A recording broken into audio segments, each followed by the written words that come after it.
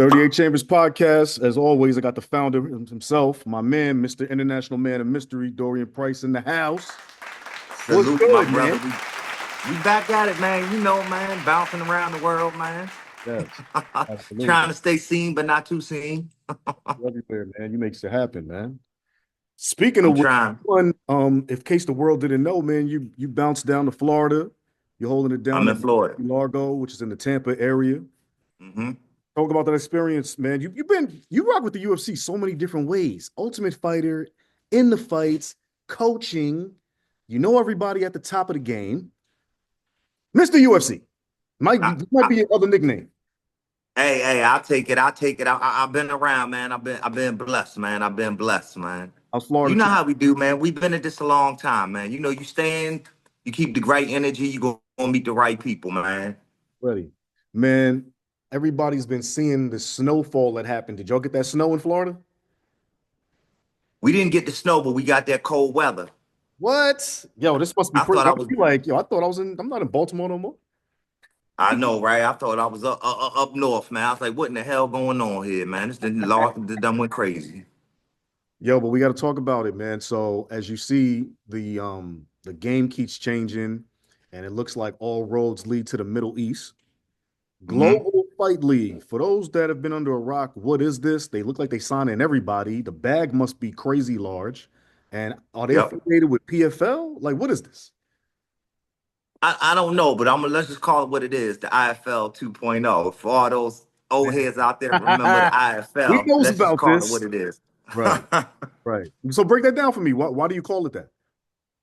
Well, we all remember back in the day, the IFL, you know, this isn't like the old heads used to say when we was young, ain't nothing new under the sun. So this is another example. For those who remember, you know, there was a league called the IFL, and they tried to do a team concept. Everybody comes in with the right intentions, hard to pull that off. Yeah, that's a fact. Do they have Middle East money behind them? Or they just going out there? That's what I don't know. I really don't know. I mean, I'm kind of curious myself. You know, I like for it to succeed. Got a lot of friends that are involved with that, so I like for them to get a bag. You know what I mean? Get their money up. Right. Uh, Trying to stay positive, but I'm also trying to be. I got to be real at the same time. Fact. Uh, Success rate. I think the IFL made it 2 years. Hopefully, this can go a little bit longer. But I just don't think MMA is a type of sport that lends itself to a team sort of concept. Yeah, break that down. Why not? We've seen what's happening with boxing, and they have the team hmm concept now with Team Combat League. Why do you hmm think that this wouldn't work for MMA? What's the difference? Well, I mean, I can't speak really on the boxing thing. I don't know how long that's been around. I mean, I'm Dewey familiar with. Cooper is the president of that. Yeah. Dewey So making he's an moves MMA out guy. there. You know what I'm saying? Kickboxer, all that. Yeah. Dewey been around, but also Dewey has that relationship with the Mayweathers. Had that for a long time. Um, so Dewey's been around. Dewey's making the right moves. I don't know what's going on with the GFL, who's backing them, but what I will say about the team concept is, I mean, you got some of these guys can't even listen to their coaches. Now you expect them to listen and be part of a team when it comes to an individual or sport. I don't know the structure of it, but just the nature of like, I mean, we're from the East Coast, and I equate it to gang mentality. Like I'm not sitting out here taking all the risks while somebody out there at the top making all the damn money. You know what I mean? I get my own crew. It's an individual sport. The fighter's going out there taking all the damage, putting his health on the line, and some sort of point concept for teams. Like I don't really know how that's gonna really pan out at the end of the day. And also, you know, how much of a team is it? You're not really building with these guys. I can't see them unless they're already on your current team. And that's the other thing. What are you supposed to leave your current gym, your current trainer and coach who in some cases might have brought you up all through the ranks to then, you know, go over to somebody that you know you may be seeing in passing because the game is small, whatever, but you don't know these other players on the team, et cetera, et cetera. So it can get very interesting. You're not having team practice. It's not like the Bulls. You're not having a team practice. Everybody's not moving. For instance, if someone is, I should say, is drafted by Miami and they live in Wisconsin, are they what going to now relocate their family? Are they getting that kind of money where they're going to relocate? to Miami and now be part of the Miami team. So it's a lot to be said with that. Yeah, that's real stuff. That's real talk. It's funny you mentioned that too, because I remember, yeah, Dewey definitely recruited Jeff Mayweather to be a coach Hmm. for the Vegas team. Yeah. And it's funny you said that, and I have to ask, with that being stated, so in everybody's attempt to get some MMA money, are they now reaching since we saw that the IFL didn't work?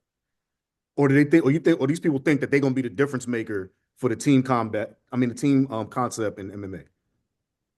I think the IFL's been so far in the past. I think people, tend to forget what happened. You know what I mean? Now maybe they did, and they kind of, trying to benchmark off of the success they had and what they did wrong. But and just me being honest, I think people tend to forget. I mean, I think you got some money players in it, and they're like, oh man, they're trying to. MMA is the one sport where you can buy your way into it. You don't have to have any. You can't. I can have as much money as I want. It's going to be hard unless I got Turk money. You know what I mean? The guy right now that's running boxing. It's Right. very hard to try and I got a couple of dollars here and there. I'm gonna try and buy my way into boxing, a basketball team. We talking about long money, and maybe that's the type of money that MMA needs, to be completely honest. But right now, unless it's that kind of long money, it's it's a sport that's too easily accessible for too many people, and it lends itself to having, let's just say what it is, scumbags Yeah. coming in there. Let's call this shit what it is, scumbags, and that's the problem. That's the problem in itself. Yeah, that's a fact, man. I mean, look, I can't dispute this. There's a lot of scumbags in the game. It is. Yeah, I It mean, is because the fighters are so easily accessible, and yes. to a lot of degree, we are under a lot of the fighters. I'm no longer a fighter, but a lot of fighters are under. They're underpaid. If you look at every other professional league, Right. MMA must be the only sport where you still have fighters that have to hold down a second job, or Sure. they have to teach at the gym, or unless they're that 0.1%, uh the McGregors, the John Jones, those guys that can segue in this, and then take that money and build upon it. A lot of these guys end up having to open the gym or end up working for somebody at a gym who Yeah. also might be a And I scumbag. will say, if you're in boxing, your pedigree has to be amazing. Like you did the Golden Gloves, you did Hmm. the Olympics, because if not, it's pretty much the same. It's just everybody talks about the guys at the top, Yeah. but a bunch of guys in the gym that haven't gotten no major deals and they're still doing Hmm. smoker fights and all of that. But no, I Yeah. understand what you're saying. But MMA, the barriers for entry are definitely a lot less. And I want to say too, and again, I could be a little wrong, but when the IFL was cracking, I want to say that that's when the UFC was really starting to turn into the sport of choice, and I mean the league of choice for MMA, and it was cannibalizing it too, Yeah. because it was like the same guys in the IFL were also fighting in the UFC or would just go to the UFC right after. And I think people Yeah. were trying to get used to the thought of like multiple leagues that were on a high level. It wasn't really there yet outside of the regional. Yeah. And let's be honest. The UFC is Nike, and it's never going to change. MMA is the sport like tennis shoes, but but everyone equates tennis with Nikes. Yep. I mean, that's what it is. I mean, everyone has to kind of get to this concept that you're playing second fiddle because there's not too many people. A young kid coming up, when he goes to the GFL, let's just say, his end goal is, let's just be honest, is somehow to get to the UFC. I Right. mean, very, very few are getting that type of bag where they're going to say, oh, no, no, I'm going to stay here. Because with the UFC, you might trade go a little bit less down with the money for a young kid, because I always say to UFC, you live the rock star life, but not necessarily the rock star money. But that rock star lifestyle can transition you if you flip it right, because you're going to get around the right circles to then propel yourself in another direction. So I think we also need to everyone needs to just kind of get that through their mind. Like, it's okay to be number two. Adidas does well, Puma does well, Under Armour's doing well. But you got to understand, Nike's Nike. The UFC is the UFC. And I will say this: the only way I could see, here's the thing with the team concept, and they're trying to have these drafts. Shout out to T Wood for being the first person drafted. Um, but with these drafts, where are you pulling from? Is there some sort of amateur league, college, AAU, where are these kids coming from? You know what I mean? Like that might, and that could help if you started. Maybe we put it. Maybe if it was in the high schools or Mhm. in colleges, and you had MMA programs in colleges, MMA programs uh in high schools or something where you could pull these guys from. I mean, you have to create some sort of stars. You have to let people follow a person's path. I do want to say this too. I want to give a shout out to Brandon Vera and DJ Jackson because they're actually have put in Guam. They have put MMA into the school over there, and they're trying to put it into more and more schools over there. They're Mm. working with young kids, and now that is something that you could build upon, and then get it to the high. So that right now, I think they're in the elementary schools. Get it to the high schools, Right. then maybe find a couple colleges. Then you're starting to work with something to draft. But right now, you're just I looked at it and said, well, shit, they're getting all the old heads. I might as well come out there and go Oh, grab me a I quick knew bag. you was about to go there. Yeah, You always want to smack Obama. Look at you. You can't stop it. I You're gonna can't. pick somebody.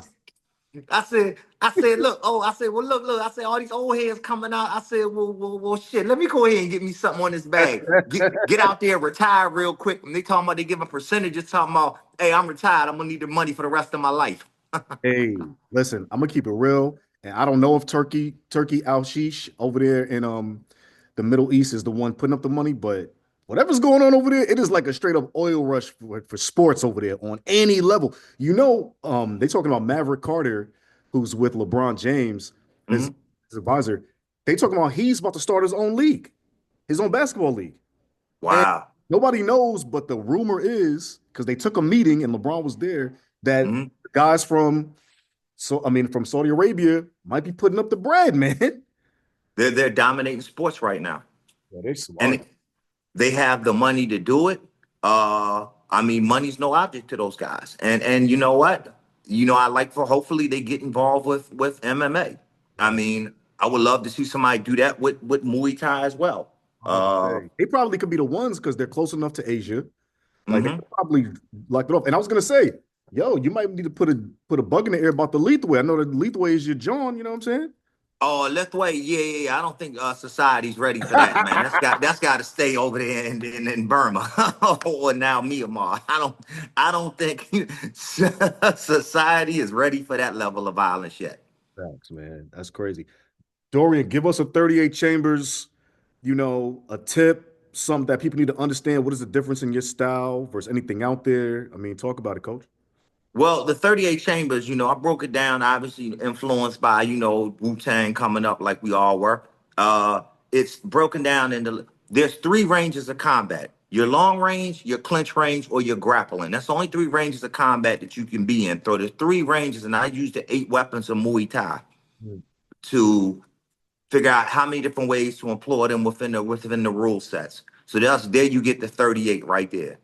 Um, my style is different in the fact that I've been involved with all those ranges. I've Muay Thai. Obviously, you can see with the success of Matt Brown in the clinch range. The grappling. Just got promoted to my brown belt. I'm still learning Oof.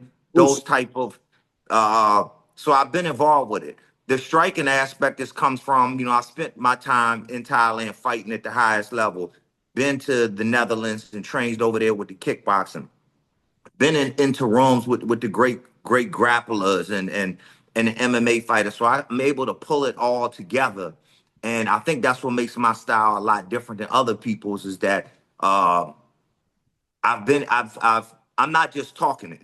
Uh, I've done a grappling tournament at the blue belt level. I've obviously fought Muay Thai. I fought kickboxing. So I fought in those ranges, you know what I mean, to be able to now go ahead and push it out to people like that. And also the style simple is based off of violence. I like to give people stitch bonuses. Cause you buck 50 somebody, you getting a stitch bonus.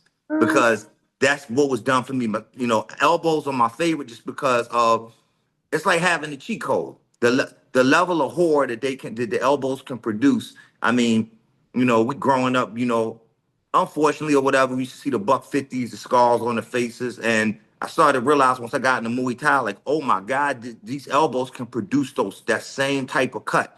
Then I saw the type of trauma and the type of fear that people would have, even in Thailand. Very few people want to fight an elbow hunter. Right. So I really base my style for that because you get knocked out, you heal. Something gets broke, it'll heal. You get your face slashed up, you'll wear that mark potentially long after that person has left Earth. Right. After because that scar, now maybe technology will be able to wipe it away one day, but that scar will last you. And very few people want to go in there with the risk of getting your face scarred up. Because with an elbow hunter, you could very easily, you could win the fight. But if you in there long enough with them, my goal is I'm gonna try and cut your face as much as possible. You might very well win that fight. You might, clip me and knock me out. But if I get close enough to you, you're gonna have to wear my mark for a long time. Because I will wake up from that, from that knockout, or I might lose, whatever the case may be.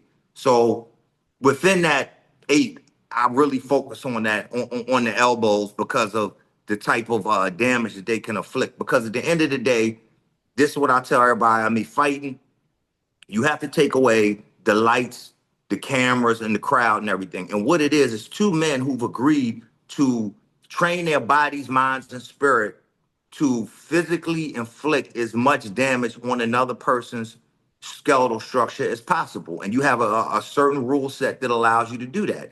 It's not a sport. We're not putting the ball in the hole. We're not running over a drawn line on the field. No disrespect to those sports, but fighting is as close as we can get to gladiators. And the reality of it is I'm trying to inflict as much physical harm on the person standing across from me as possible. And I think a lot of people get it a little bit confused with that. So with that being said, I like to favor the weapons that are not padded, meaning everything other than the hands. I use them to get to the ones that's going to damage you. Making buck 50s great again, man. I mean, you Man, making buck bring 50s to the great, game man. for this one. I I'm love that. giving out stitch bonuses too. I always give out stitch bonus because in Thailand, when I worked for Max, we used to have a stitch bonus. So you would get paid per cut you could get on the opponent's face and stuff. Wow. So then I had a big boss of a camp. Once he realized I like elbows, he would give me a little extra for every stitch I could give to somebody. So I went in there like a blender, man. I went in there like Freddy Krueger with the glove on and trying to pimp smack everybody up. I wanted that extra money. You know what's so funny? So why do you think, and again, I know you on it with the elbows. Why do you think people don't talk about, like, remember David Loiseau? He was the elbow man. Remember that back in the day? I mean, I think He it was was round and pound elbow, but elbows. yeah. Kenny Florin. Everybody forgets Ken Flo. Ken Flo Dorian. was probably one of the better guys in there. If you think about it, then obviously, you came around and Matt Brown, Loiseau was good. Yeah. Um, I think all these guys were trained by Faraz Zahabi. I don't know if he did the elbows, but they were uh, by Faraz Zahabi. Loiseau was, Kenny Florin actually was with Mark Delagrati Oh, for a that's right. long That's right. time. Mark Right, right. I'm tripping. Mark Delagrati. Yeah, that's my man. And Respect to Mark. Delagrati's got a long history of understanding Muay Thai and stuff. Obviously, with Matt Brown. And then obviously I set the elbow record with Phil Hoss in the Ron Wynn fight. Wow. I got great joy after watching that fight back and hearing the commentators scream, "Oh my God!" Just that level of horror. I watch it back. Now maybe that's just my little sick mind, but I got a real kick out of that. Nah, man, it's official. All right. Well, what you got going on this week, man? Are you going on to any fights? Are you cornering anybody? What's cracking? No, this Saturday, actually, I have a seminar at McSweeney Martial Arts in Plano, Texas, right outside of Dallas, with James McSweeney, another UFC veteran, was on the Ultimate Fighter as well. Also, one of the foremost experts in the Dutch style, and he spent time in Thailand, and he's fought in MMA quite a bit. So I'm very excited to link up with him and get that seminar going. So Nice. Making it happen. Yo, trying. if cats are trying to get at you for some privates or whatever else, how does that work? Well, if they want to get seminars, DM me on Coach Dorian Price on Instagram. Do a lot of videos. I'm going to be starting a course which you guys can be able to subscribe to. That's going to come down the road. I'm working on the website. That should be up and running by the time we have our next weekly chat. Nice. And I gotta ask you, just because everybody's talking about it, what do you think about Donald Trump jumping into office and saying that all black people We going back to the 1940s, baby. Get buckle your seatbelt, nigger. Flick it up, buckle it up. Get the next bus. It's going to be a bumpy ride. But you know what? I'd rather have somebody be honest in what they saying and tell me to my face than hide behind my back. I know that's right. Because at least I see the enemy coming. Facts though. You know, it's funny. I told everybody the only thing that makes me somewhat, I don't want to say happy, but hopeful about this is that I know if Kamala got elected, people would be so complacent with the image of just Mm-hmm. like Barack. First it was black man, there's black woman. That would have been it. We'd have been cool. We would have all had brunches. Her face would have been on every flyer. And it would have just, Mm-hmm. and then, I went to Howard University. So, of course, even before the election, everybody at Howard was popping their collar like we won something just because Shorty was Mm-hmm. a Democratic candidate. So, I'm just saying that to say, look, at the end of the day, he is who he is. He's been who he was from New York Yeah. to DC. But at the end of the day, folks of color, the melanated people, Mm-hmm. start doing you, taking care of your tribe, your community, your people. Yeah. Don't just complain about this. If you didn't know what was going to happen, he is a hard reset from everything y'all gave these white people. Mm-hmm. Barack, Biden, even Mm-hmm. throw Michelle's ass in there too. When she said go low, high, and all that, they Yeah, still, yeah. and y'all didn't realize it. So here's where we at, baby. And we need to start listening to Dr. Claude Anderson, Powernomics. Boom. We need to start stop being emotional about situations, and we need to start looking at people who, first off, we need to stop propping our athletes and other people and start propping our educators, our people that actually have the right concept. Too often we're propping up our sports figures, our musicians, as the leaders of a community. Why not the educators? Because what it does is it downplays who we are, meaning that we're only as good as what? The guy that can throw the ball in the hoop, the guy that makes good music. We have plenty of educators out there. Dr. Claude Anderson is one of them, and he's has some great resources that we need to pay attention to. I'm not the biggest in the politics at all, but I do understand that there are some good people who are putting out good information. And too often as a community, we don't listen to that and we don't do that research, and we're too emotional and not enough intellectual. That's a fact, man. Look, y'all heard it from Dorian Price. He's giving out buck 50s and stitch bonuses on your ass. All day, every day, twice on Sunday. 38 Chambers podcast. We here, we rocking. Stay tuned for more. Dorian's gonna give it to you raw, baby. There Yay! you go. Salute.